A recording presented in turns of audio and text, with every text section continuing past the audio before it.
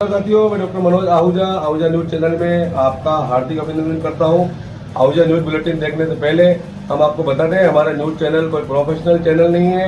हमारे से जो लोग जुड़े हुए हैं, जो हमारे सब्सक्राइबर्स हैं, उनकी खबरों प्राथमिकता से दिखाना हमारा पहला उद्देश्य है। इसके साथ ही हम लीगल अपडेट दिखाते हैं। इसके अलावा मसूदा विधानसभा से जुड़ी खबरें दिखाना भी हमारी प्राथमिकता में शामिल है। कहीं भी किसी के साथ अन्याय हो रहा हो, किसी के साथ अत्याचार हो रहा हो, वो यदि हमारे पास खबर भेजते हैं तो हम उस खबर को प्रॉपर मंच तक पहुंचाते हैं, उसकी आवाज बनने की कोशिश करते हैं। हमारा न्यूज चैनल ऐसे कई लोगों को उनकी समस्याओं को निवारण कर चुका है। आज फिर हम आपके पास महत्वपूर्ण खबरें लेकर के आ रहे हैं। और अगर आपने हमारे राजकीय विधि महाविद्यालय अजमेर में अखिल भारतीय विद्यार्थी परिषद के इकाई सचिव अमित पुरोहित और महानगर सहमंत्री उदय सिंह शेखावत के नेतृत्व में डॉक्टर भीमराव अंबेडकर विधि विश्वविद्यालय के कुलपति के नाम राजकीय विधि महाविद्यालय अजमेर के प्राचार्य को ज्ञापन दिया। इकाई सचिव अमित पुरोहित ने कहा कि डॉक्टर भीमराव अंबेडकर विधि विश्वविद्यालय ने सत्र 2020-21 के प्रथम वर्ष के विद्यार्थियों को प्रमोट कर दिया और बाद में परीक्षा ली। उनका परीक्षा परिणाम जारी करें और जो सत्र 2021-22 के प्रथम वर्ष के परीक्षा फॉर्म भरने की अंतिम तिथि 4 अप्रैल है, उसे कम से कम 7 दिन बढ़ाया जाए, जिससे वंचित विद्यार्थी परीक्षा फॉर्म भर सकें। विद्यार्थियों के लिए मिनिमम क्लास पूरी नहीं हुई है और सिलेबस भी पूरा नहीं हुआ। इसके बावजूद विश्वविद्यालय प्रशासन ने मई के प्रथम सप्ताह में परीक्षा कराने की घोषणा की है, जो कि सर्वदा न्यायोचित नहीं है। विद्यार्थियों को परीक्षा के लिए उचित समय दिया जाना अति आवश्यक है। परीक्षा को जुलाई के प्रथम सप्ताह में करवाया जाए। यदि इन विद्यार्थियों की मांगों को विश्वविद्यालय प्रशासन जल्द संज्ञान में लेकर कार्यवाही नहीं करता है तो विद्यार्थी परिषद पूरे राजस्थान में उग्र आंदोलन करेगी, जिसकी समस्त जिम्मेदारी विश्वविद्यालय प्रशासन और राजस्थान सरकार की होगी। इस अवसर पर महानगर छात्रा प्रमुख मनोरमा गोरा, मीडिया प्रमुख राजकुमार कुमावत, बंटी गुर्जर, विवेक मेघवाल, मनीष रावत, ऋतु हनुमान सहित एबीवीपी के कई कार्यकर्ता उपस्थित रहे।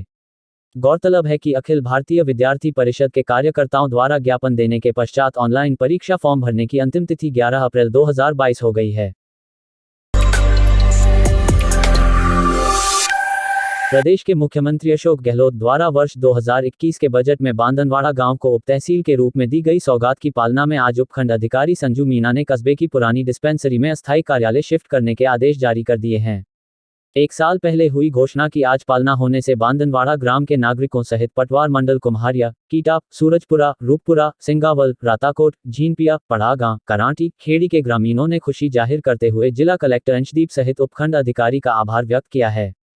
प्रदेश के मुख्यमंत्री गहलोत ने बिना भेदभाव के क्षेत्रवासियों को 1 साल पहले उपतहसील का तोहफा दे दिया था, लेकिन 1 वर्ष बीत जाने के बाद भी बांदनवाड़ा में उपतहसील संचालन करने हेतु अस्थायी भवन आवंटन की पत्रावली कार्यालयों के चक्कर लगाते हुए राज्य सरकार के पास पहुंच गई थी, जबकि अगर राज्य सरकार के स्तर का मामला होता तो आज उपखंड अधिकारी का आदेश अप्रभावी होता। राज्य सरकार ने उपतहसील में कार्य करने हेतु नायब तहसीलदार सहित 2 कर्मचारियों को नियुक्ति भी दे दी थी, जिनमें से एक नायब तहसीलदार किशनलाल बैरवा तो बांदनवाड़ा उप तहसील खोलने से पहले सेवानिवृत्त होकर भी चले गए। वर्तमान में नायब तहसीलदार श्रवण लाल राठौड़ व 2 कर्मचारी भिनाय तहसील के कमरे में बैठकर उप तहसील खुलने का इंतजार कर रहे थे। बजट घोषणा के बाद स्थानीय प्रशासन ने भवन की उपलब्धता के संबंध में ग्रामीणों से विचार विमर्श किया तो सबने डाक बंगले की सलाह दी, जिसके बारे में तर्क दिया गया कि नेशनल हाईवे पर स्थित होने से सभी के लिए सुविधा की दृष्टि से सर्वोत्तम होगा और वर्तमान में इसका कोई उपयोग नहीं हो रहा है। इस पर तत्कालीन जिला कलेक्टर प्रकाश राजपुरोहित डाक बंगले में ही तहसील संचालन करने की मौखिक सहमति दे गए थे, जिसकी सर्वत्र सराहना भी हुई और सभी अखबारों में यह न्यूज भी छपी। लेकिन विभागीय अधिकारियों द्वारा अनापत्ति नहीं मिलने पर उप तहसील के भवन हेतु पुरानी हॉस्पिटल का निर्णय लिया गया, जो मामला भी राज्य सरकार के पास विचाराधीन ही है। जबकि नियमों की बात करें तो सरकार की अस्थायी संपत्ति का उपयोग अन्य विभाग को देने के लिए अधिकारी खुद सक्षम है। राज्य सरकार के पास गई हुई फाइल वहीं अटकी हुई पड़ी है। इसी बीच जिला कलेक्टर के मौखिक आदेश से आज उपखंड अधिकारी संजू मीणा ने उप तहसील के अस्थायी भवन हेतु पुराने हॉस्पिटल के भवन में शुरू करने के आदेश जारी कर दिए हैं। जो काम 1 साल पहले हो जाना चाहिए था वो काम सरकारी विभागों के चक्कर में उलझा रहा। खैर, फिर भी आज आदेश होने से ग्रामीणों व किसानों ने खुशी जाहिर की है। क्या कहते हैं अधिकारी? भिनाय तहसीलदार रहे भीमराज परिहार ने बताया कि उप तहसील संचालित करने हेतु हमने पहले विश्रामगृह डाक बंगला बांदनवाड़ा में खोलने का प्रयास किया था, लेकिन विभाग द्वारा एनओसी नहीं मिलने के कारण वहां उप तहसील नहीं खुल पाई। इसके बाद हमने भिनाय ब्लॉक चिकित्सा अधिकारी को पत्र लिखकर सामुदायिक स्वास्थ्य केंद्र की खाली पड़ी बिल्डिंग का अनापत्ति प्रमाण पत्र मांगा था, जिसका अभी तक कोई जवाब नहीं आया है। बांदनवाड़ा अस्पताल प्रभारी डॉक्टर अशोक वर्मा का कहना है कि तहसीलदार भीमराज परिहार द्वारा सामुदायिक स्वास्थ्य केंद्र की पुरानी बिल्डिंग में उप तहसील चलाने के लिए अनापत्ति प्रमाण पत्र मांगा गया है, लेकिन मैं अनापत्ति प्रमाण पत्र देने के लिए अधिकृत नहीं हूं, इसलिए मैंने सीएमएचओ अजमेर के सोनी को पत्र लिखकर मार्गदर्शन मांगा है, जिसका जवाब अभी तक नहीं आया है। सीएमएचओ के सोनी का कहना है कि हम सीधे स्वास्थ्य विभाग की किसी भी खाली पड़ी बिल्डिंग व अन्य किसी जगह का अनापत्ति प्रमाण पत्र देने के लिए अधिकृत नहीं है। अनापत्ति प्रमाण पत्र का काम राज्य सरकार के माध्यम से विभाग के उच्च अधिकारियों का है। क्या कहते हैं नायब तहसीलदार श्रवण लाल राठौर। 3 जनवरी से उप तहसील बांदनवाड़ा में नायब तहसीलदार हूं, लेकिन भवन के अभाव में भिनाय तहसील में बैठ रहा हूं। मुख्य चिकित्सा अधिकारी के सोनी सहित चिकित्सा विभाग के अधिकारियों से कई बार मिलकर आ चुका हूं, लेकिन उनके द्वारा बिल्डिंग की एनओसी नहीं दी गई। लेकिन आज उपखंड अधिकारी के आदेश से भवन का कब्जा प्राप्त कर लिया है। शीघ्र ही उप तहसील में कार्य प्रारंभ होगा। उपखंड अधिकारी संजू मीना ने कहा कि जिला कलेक्टर के मौखिक आदेश से आज सामुदायिक स्वास्थ्य केंद्र की पुरानी बिल्डिंग में उप तहसील संचालन के आदेश जारी किए हैं। नमस्कार साथियों, आज मैं आपको लेके आया हूँ बांदनवाड़ा के सामुदायिक स्वास्थ्य केंद्र बांदनवाड़ा की बिल्डिंग में। यहाँ पर पहले सामुदायिक स्वास्थ्य केंद्र चलता था और आज इस सामुदायिक स्वास्थ्य केंद्र में उप तहसील खोलने के आदेश हुए हैं। एसडीएम साहिबा ने आज आदेश जारी करते हुए हाल वैकल्पिक व्यवस्था के रूप में इस भवन में उप तहसील चलाने का आदेश जारी किए हैं। इस संबंध में क्षेत्रवासियों में, ग्रामवासियों में काफ़ी खुशी की लहर बनी हुई है। मैं आपकी बात करवा रहा हूँ स्थानीय नवयुवक से, अनुराग शर्मा से, जो बताएंगे। बताइए अनुराग जी, क्या आपको कैसा महसूस हो रहा है?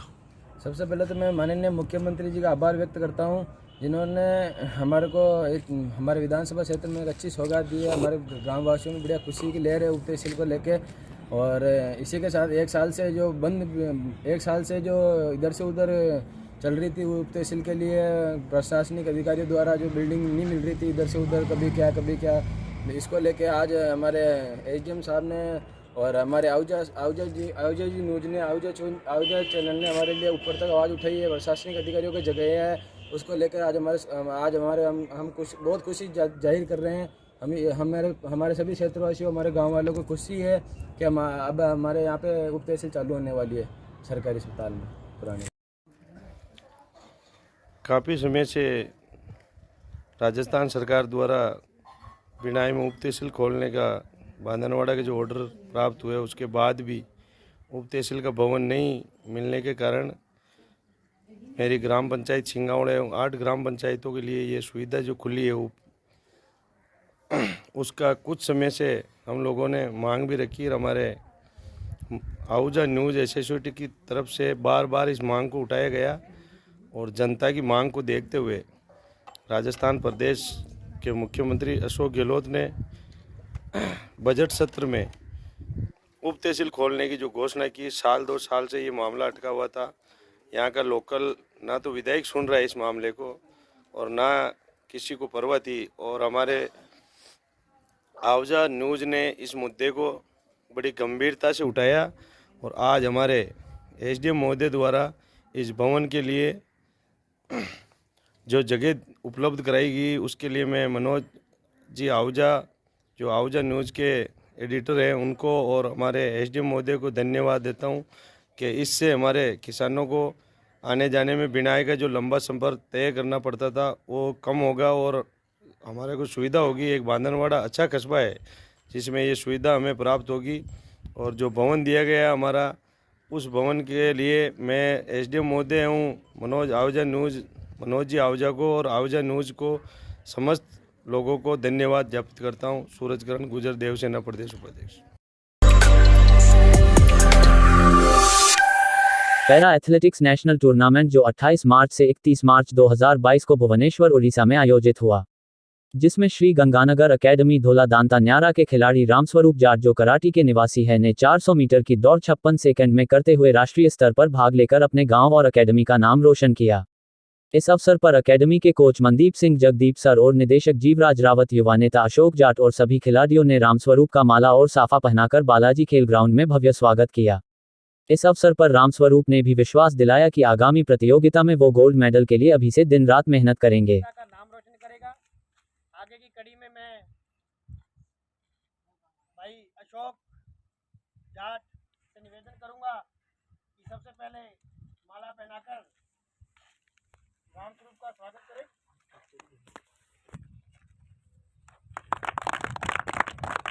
स्वागत की कड़ी में जीवराज रावत से निवेदन है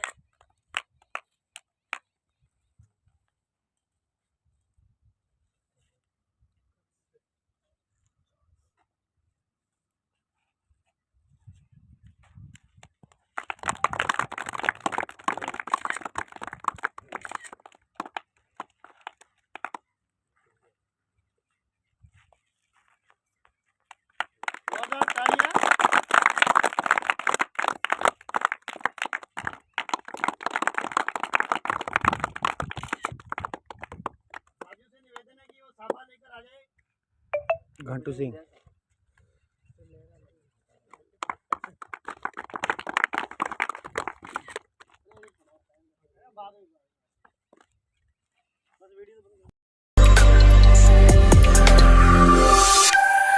कस्बे में सोमवार को गणगौर के पावन अवसर पर सुहागिन महिलाओं ने ईसर गणगौर की पूजा की। इस अवसर पर कई महिलाओं ने व्रत रखा तो उद्यापन भी किया तथा महिलाओं को खाना खिलाकर व्रत खोला। सुबह से ही गली मोहल्ले में महिलाएं ईसर गणगौर की पूजा करती नजर आई तथा बाद में सभी महिलाओं ने ईसर गणगौर की कहानी सुनी। इस अवसर पर कई महिलाएं गाजे बाजे के साथ गणगौर को सजाकर नीलकंठ महादेव के मंदिर में जल के कलश सिर पर लेकर जेले लेकर आई, फिर गणगौर माता की पूजा अर्चना की और आरती उतारी। इस अवसर पर रेलवे कॉलोनी सहित गाँव के सभी मोहल्लों में गणगौर की पूजा अर्चना करती महिलाओं की काफी भीड़ देखने को मिली। इस अवसर पर महिलाओं ने गणगौर की पूजा अर्चना कर अपने परिवार में सुख शांति और पति की दीर्घायु की कामना की तो वहीं कई महिलाओं ने देश में अमन शांति और सभी बीमारियों से मुक्ति दिलाने की प्रार्थना की।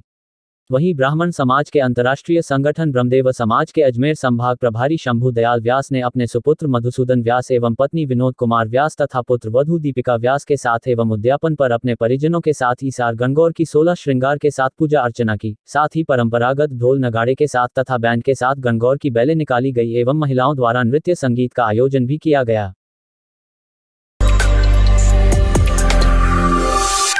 राजस्थान के मुख्यमंत्री अशोक गहलोत ने करौली में भीषण आग की चपेट में आए एक मकान से 4 लोगों की जान बचाने वाले करौली कोतवाली थाने के कांस्टेबल नेत्रेश शर्मा को आज फोन पर बातचीत कर उन्हें शाबाशी देते हुए कहा कि तुमने अपनी जान पर खेलकर 4 लोगों की जिंदगी बचाकर बहादुरी का परिचय दिया है।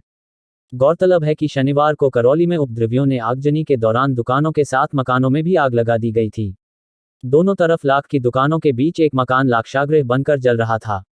उसमें मासूम बच्चों के साथ फंसी उसकी मां और दोनों महिलाएं जीने की उम्मीद ही खो चुकी थी, लेकिन कांस्टेबल नेत्रेश शर्मा ने देवदूत बनकर उनकी सहायता करते हुए जीवित बाहर निकालकर पुलिस के साथ साथ इंसानियत का फर्ज निभाया है।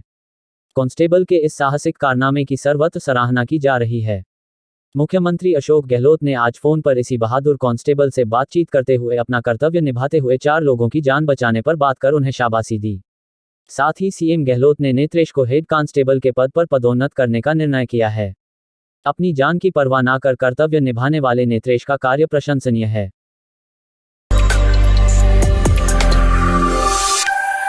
शहर में शांति एवं कानून व्यवस्था बनाए रखने को लेकर सोमवार को पुलिस अधिकारियों ने सीएलजी सदस्यों के साथ बैठक की तथा शहर व क्षेत्र में शांति एवं सौहार्दपूर्ण वातावरण में आगामी दिनों में आने वाले त्योहार व पर्वों को मनाने की अपील की।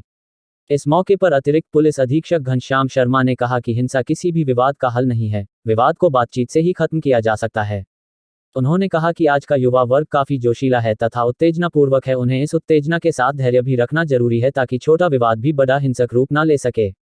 इस मौके पर उन्होंने कहा कि हर व्यक्ति एक दूसरे के धर्म का सम्मान करना बेहद जरूरी है।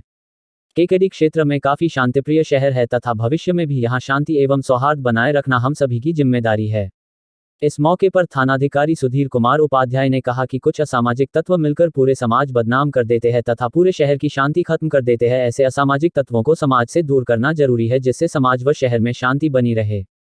बैठक में मोहम्मद सईद नकवी, चांदमल जैन, हेमंत जैन, नौरतमल तेली, गोपीचंद चौधरी, रामधन माली, सलीम मेवाती, जितेंद्र बोयत, इंसाफ अली सौरगर, अब्दुल करीम, जयकुमार परेवा, राजेश मेघवंशी, योगेश कोरवानी आदि मौजूद थे।